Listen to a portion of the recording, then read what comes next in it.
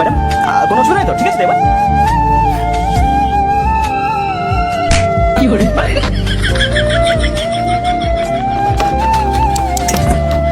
শালা মেয়েদেরকে হাত তুলিস? কোনদিন দেখতে পাবে তোকে এখানে আর?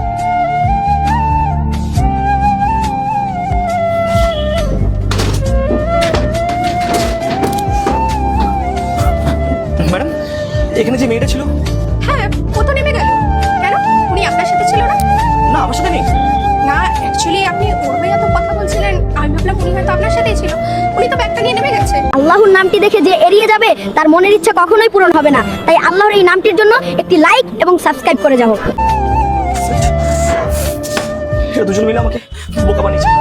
তার মানে ওরা চোর ছিল দুজনে। আমার ব্যাগে কত ডকুমেন্ট ছিল, আমার ল্যাপটপ ছিল, আমার ডকুমেন্টস। মাছ বেঁধেছিস? চল।